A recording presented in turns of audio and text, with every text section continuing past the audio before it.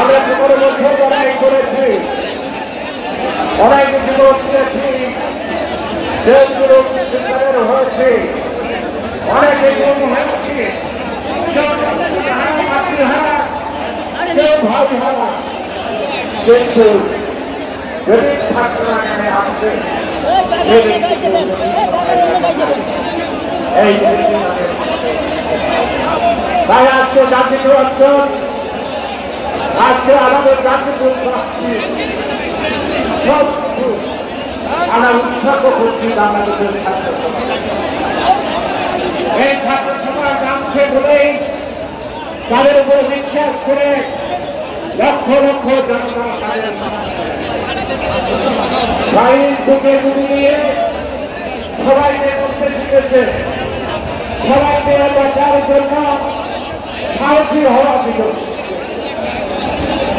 আপনারা জানেন ফেসিবাদের সরকারের এখন কিন্তু বাংলাদেশে এখনো কোনো সরকার নাই।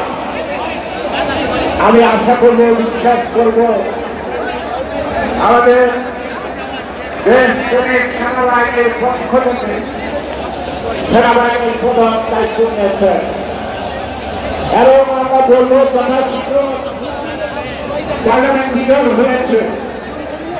এখন আপনাকে একটি সরকার উপহার দিতে হবে। সরকারের যে আন্দোলন আসবে আমাদের বক্তব্য না, একটি সরকার দরকার, সরকার ছাড়া প্রশাসন করতে পারে না।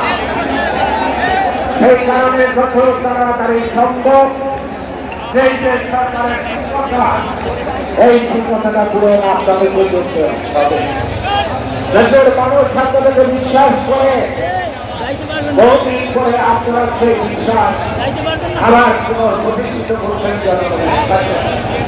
বাকি কাজটা করে আমাদেরকে আন্দোলন এক দফায় একটি নিরপেক্ষ এবং সুস্থ আবার নির্বাচন জনগণের ভোটের অধিকার।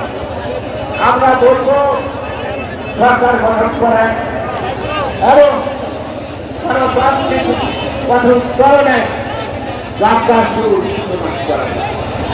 কয়দিনে পাবেন, কয়দিনে পাবেন না, এই প্রশ্ন আমরা রাখছি না। এবং কেউ উপদেষ্টা উপদেষ্টা হবে সেই ব্যাপারে আমাদের মাথা ব্যথা নাই। আমাদের মাথা ব্যথা একটাই, গণতন্ত্রের উত্তরণ ঘটাতে হবে, সর্বস্তরে নির্বাচন দিতে হবে, পার্লামেন্ট বিভাগ হয়েছে। একইভাবে এই উপজেলা সেই নির্বাচন তারপরে সুস্থ বা নির্বাচনের মধ্য দিয়ে স্তরে স্তরে জনপ্রতিনিধিত্ব করেন এবং একটি অবাধ সুস্থ সংসদ যাতে হয়, জনগণের সরকার দেওয়া হয়, জনগণ যাকে পছন্দ করবো তাদের সরকার বানাবে।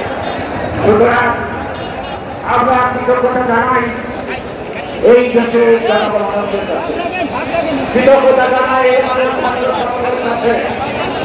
তাদের আন্দোলনে আমরা আমাদের নেত্রীকে ফিরে পেয়েছি, আমার নেত্রীকে আমরা আমাদের মুক্ত দেখতে পাচ্ছি এবং এই যে আমাদের ছিল আশঙ্কা হাসিনার প্রথম যেন খালেদা বিপরীত করতে পারে। সেই কারণে আজকে আমাদের পাড়ায় মহল্লায় সারা দেশে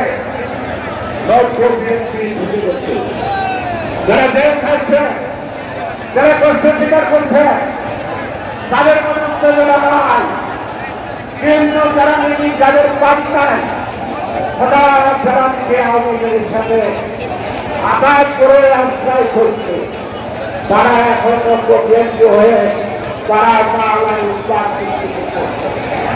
তাই যারা কষ্ট করেছেন, মা হারিয়েছেন, ভাই হারিয়েছেন, বোন হারিয়েছেন, তাদের পবিত্র দায়িত্ব এই যারা আছে বিএসপি স্লোগান দিয়ে বিভিন্ন জায়গায় তারা উৎপাদ করতেছেন, তাদেরকে কঠিন হস্তক্ষেপ করার জন্য আপনাদেরকে ময়দানে নামতে হবে। তাই আমাদের সবার